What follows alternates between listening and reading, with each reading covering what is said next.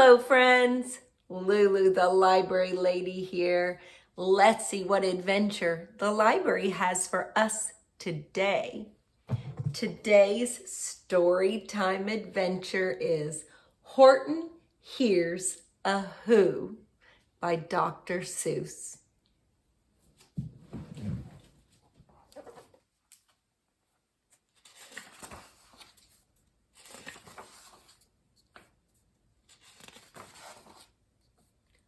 On the 15th of May, in the jungle of Whoville, in the heat of the day, in the cool of the pool, he was splashing, enjoying the jungle's great joys, when Horton the elephant heard a small noise.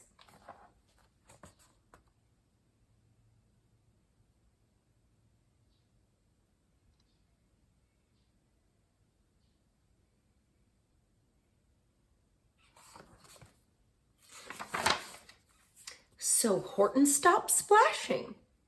He looked toward the sound. That's funny, thought Horton. There's no one around. Then he heard it again, just a very faint yelp, as if some tiny person were calling for help. I'll help you, said Horton. But who are you? Where? He looked and he looked. He could see nothing there but a small speck of dust blowing past through the air.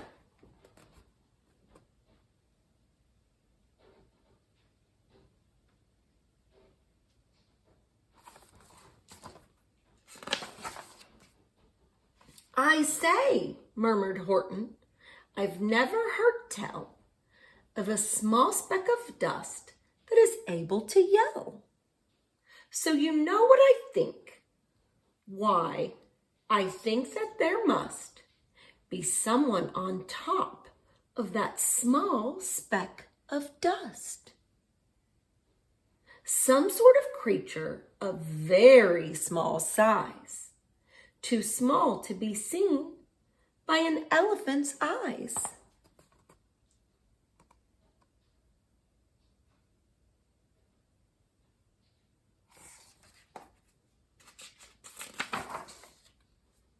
Some poor little person who's shaking with fear that he'll blow in the pool.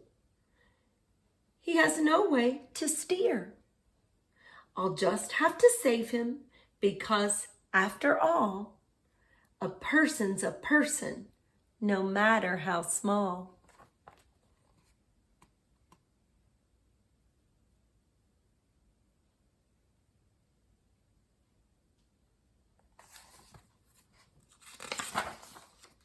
So gently and using the greatest of care, the elephant stretched his great trunk through the air, and he lifted the dust speck and carried it over and placed it down safe on a very soft clover.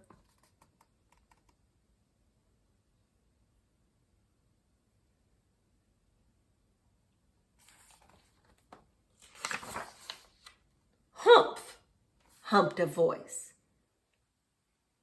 'Twas a sour kangaroo, and the young kangaroo in her pooch said humph too. Why, that speck is as small as the head of a pin. A person on that? Why, there never has been.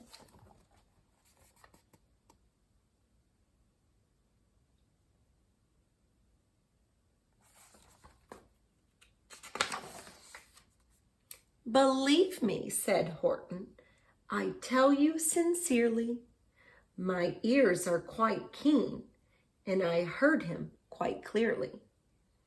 I know there's a person down there, and what's more, quite likely there's two, even three, even four.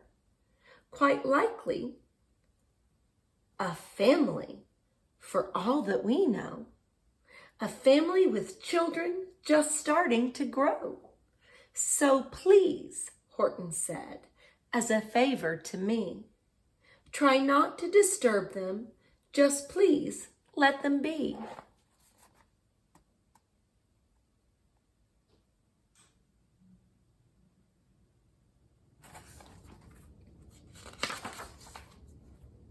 I think you're a fool, laughed the sour kangaroo.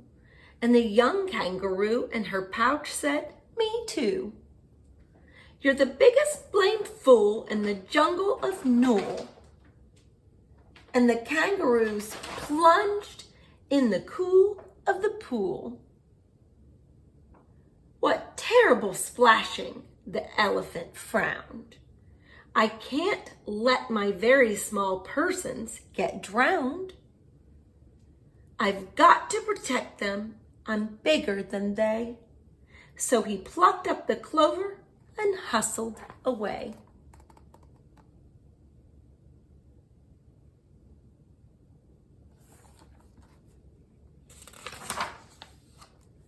Through the high jungle treetops, the news quickly spread. He talks to a dust speck. He's out of his head. Just look at him walk with that speck on that flower. And Horton walked, worrying, almost an hour. Should I put the speck down? Horton thought with alarm. If I do, these small persons may come to great harm. I can't put it down, and I won't. After all, a person's a person, no matter how small.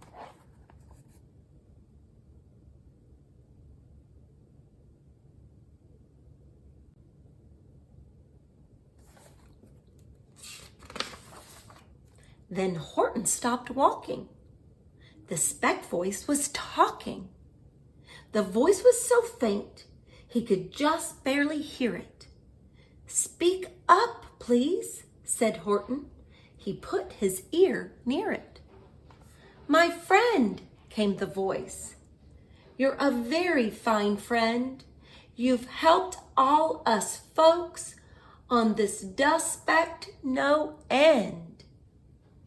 You've saved all our houses, our ceilings and floors.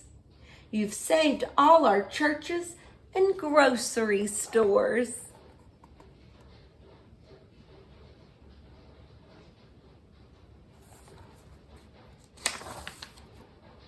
You mean, Horton gasped, you have buildings there too? Oh yes, piped the voice, we most certainly do. I know, called the voice, I'm too small to be seen, but I'm mayor of a town that is friendly and clean. Our buildings to you would seem terribly small, but to us who aren't big, they are wonderfully tall. My town is called Whoville, for I am a Who. And we Whos are all thankful and grateful to you. And Horton called back to the mayor of the town, you are safe now, don't worry, I won't let you down.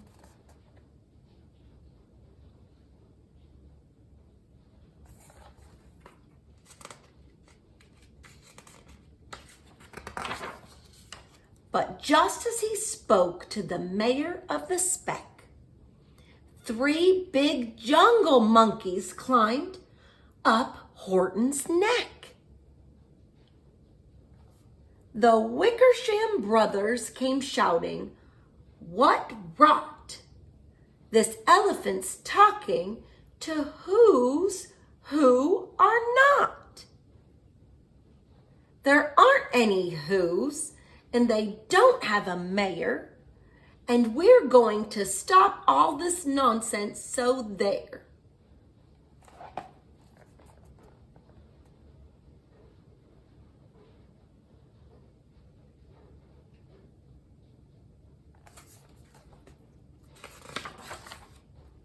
They snatched Horton's clover.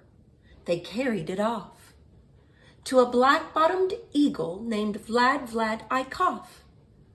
A mighty strong eagle, a very swift wing. And they said, "Will you kindly get rid of this thing?" And before the poor elephant even could speak, the eagle flew off with the flower in his beak.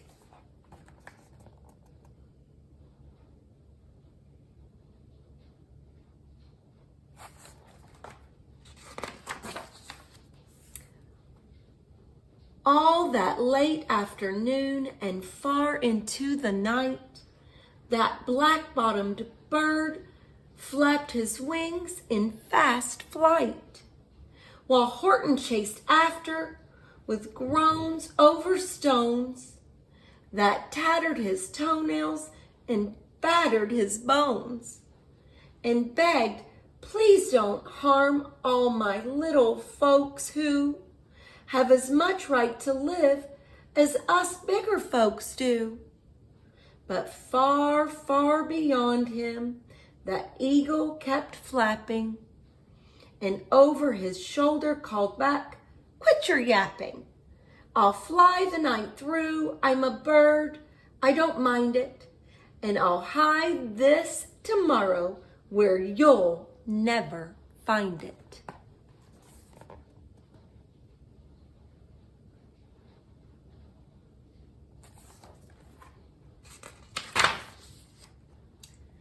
At 6:56 the next morning, he did it. It sure was a terrible place that he hid it. He let that small clover drop somewhere inside of a great patch of clovers 100 miles wide. "Find that," sneered the bird, "but I think you will fail." And he left with a flip of his black-bottomed tail.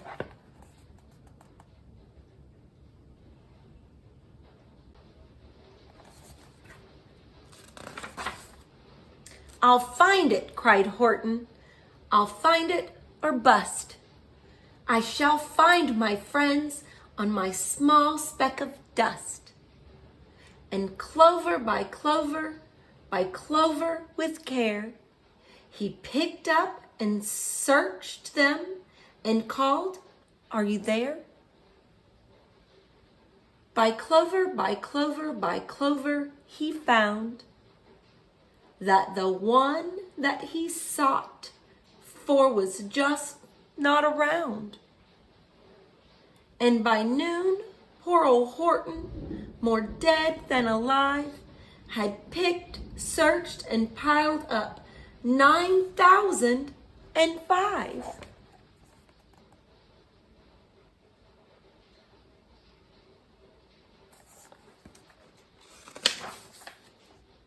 Then, on through the afternoon, hour after hour, till he found them at last on the 3,000,000th flower. "My friends," cried the elephant, "tell me, do tell. Are you safe? Are you sound? Are you whole? Are you well?"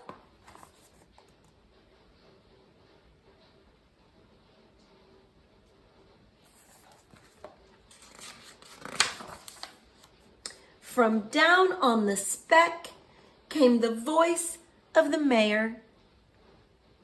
"We've really had trouble, much more than our share.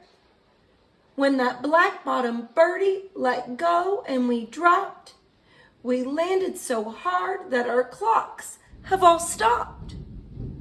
Our teapots are broken, our rocking chairs smashed, and our bicycle tires all blew up when we crashed." "Oh, Horton, please," pleaded that voice of the mayor's, "will you stick by us Who's while we're making repairs?" "Of course," Horton answered, "of course I will stick. I'll stick by you small folks through thin and through thick."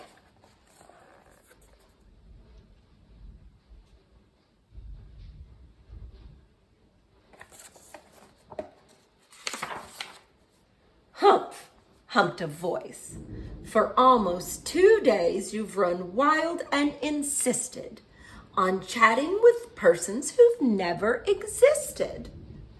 Such carryings on in our peaceable jungle. We've had quite enough of your bellowing bungle.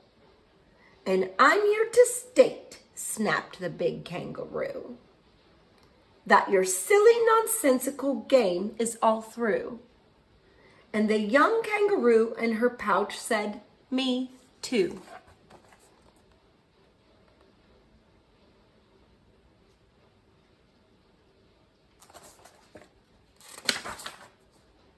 With the help of the Wickersham brothers and dozens of Wickersham uncles and Wickersham cousins, the Wickersham in-laws whose help I've engaged, you're going to be roped and you're going to be caged.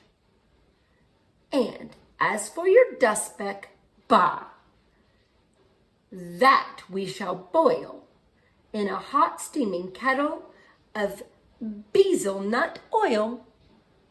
Boil it, gasped Horton. Oh, that you can't do. It's all full of persons. They'll prove it to you.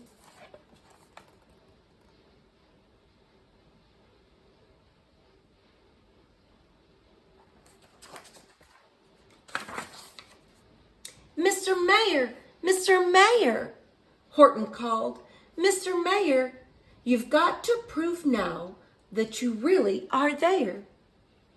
So call a big meeting, get everyone out, make every who holler, make every who shout, make every who scream. If you don't, every who is going to end up in a bezelnut stew.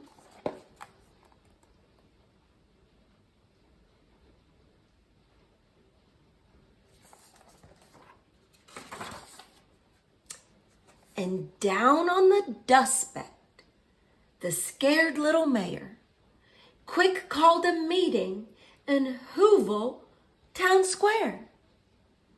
And his people cried loudly, they cried out in fear. We are here, we are here, we are here, we are here.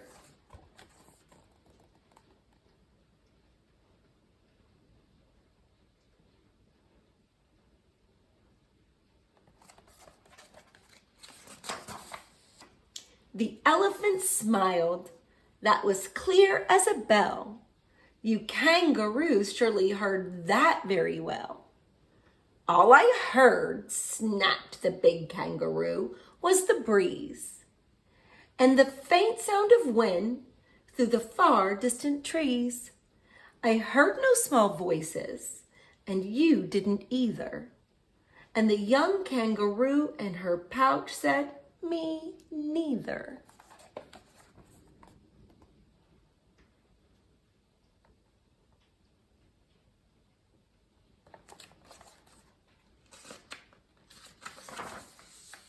Grab him, they shouted, and cage the big dope.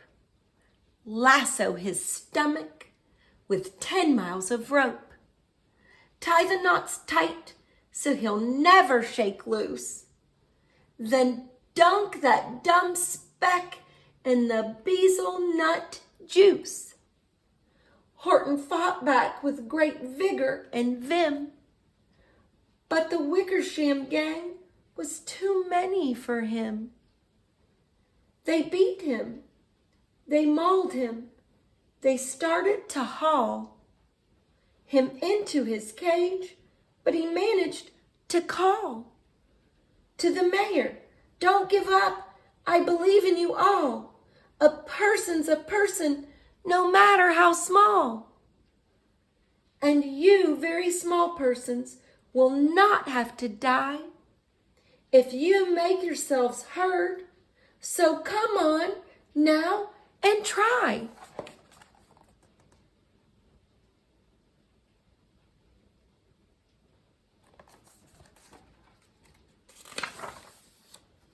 The mayor grabbed a tom-tom.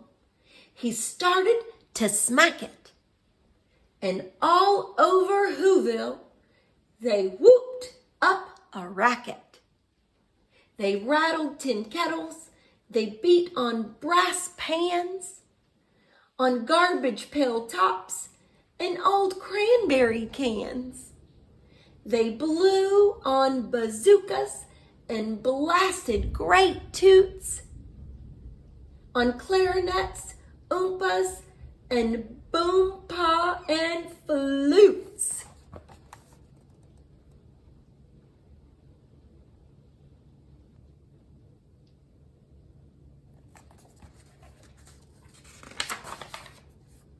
Great gusts of loud racket rang high through the air. They rattled and shook the whole sky, and the mayor called up through the howling mad hullabaloo, "Hey, Horton, how's this? Is our sound coming through?" And Horton called back, "I can hear you just fine, but the kangaroo's ears aren't as strong, quite as mine. They don't hear a thing. Are you sure all your boys are doing their best? Are they all making noise? Are you sure every who down in Whoville is working? Quick, look through your town. Is there anyone shirking?"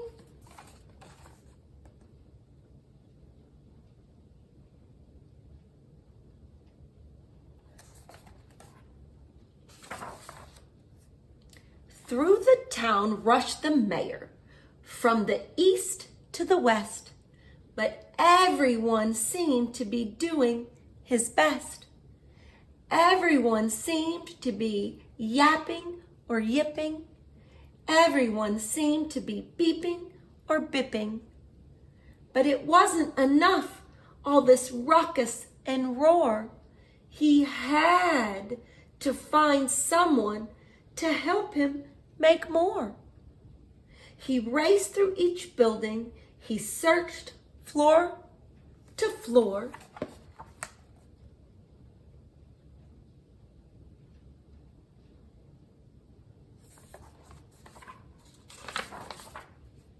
And just as he felt he was getting nowhere and almost about to give up in despair, he suddenly burst through a door, and that mayor discovered one shirker quite hidden away in the Fairfax Apartments, apartment 12J. A very small shirker named Jojo was standing, just standing, and bouncing a yo-yo. Not making a sound, not a yip, not a chirp. And the mayor rushed inside, and he grabbed the young twerp.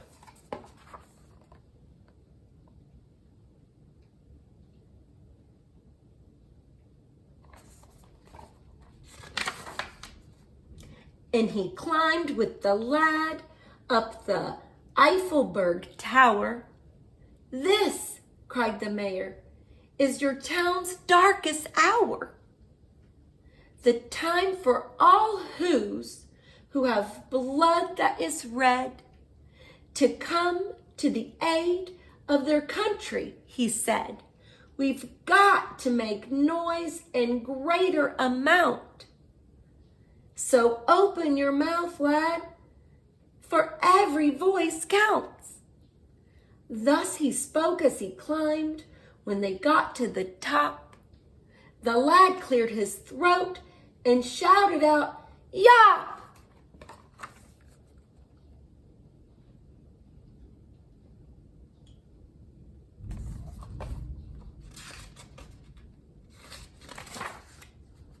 And that yop, that one small extra yop, put it over.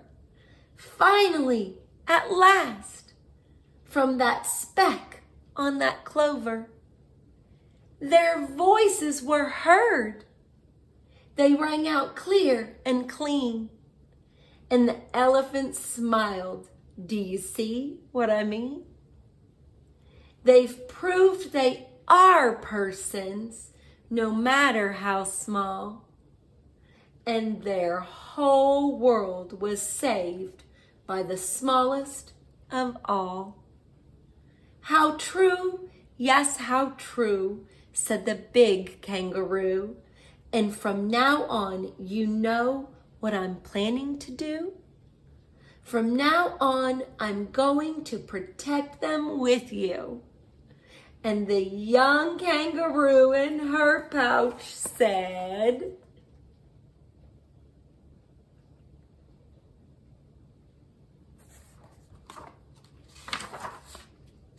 me too. From sun in the summer, from rain when it's fallish, I'm going to protect them no matter how smallish.